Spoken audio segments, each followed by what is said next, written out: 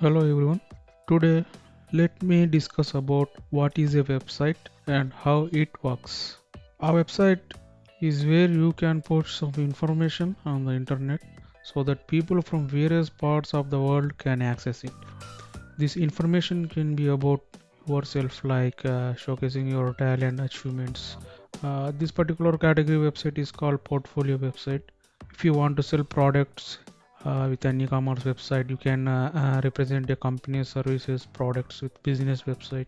You can post regular updated content like articles, news with blog website. Like that, it depends on the category you choose. First of all, if you want to build a website, you need a domain, which is your website's name, and hosting to store your website and make it accessible to everyone. Let me explain how a website works technically.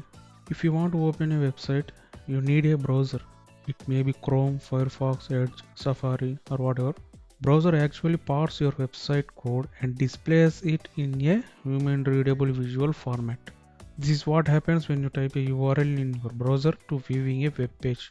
When you type something like www.google.com into the browser and hit enter, browser doesn't understand words, so it uses the DNS, which means domain name system, to find the IP address of google.com.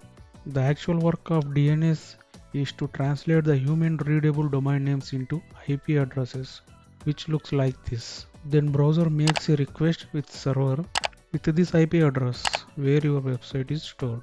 In response, server generates source code of your website and sends back to the browser.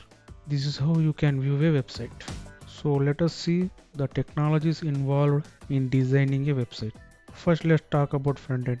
Front-end is everything you see and interact on a website, like the buttons, text, images, layout, whatever. To build this part, we use three main technologies. The first one is HTML, which is hypertext markup language.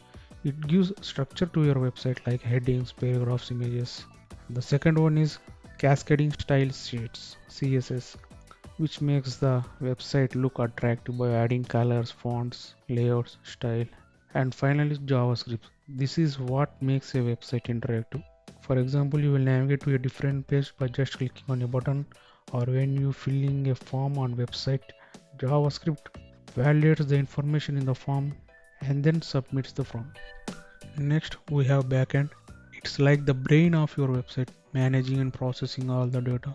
Popular backend technologies are PHP, Python, Java, Node.js.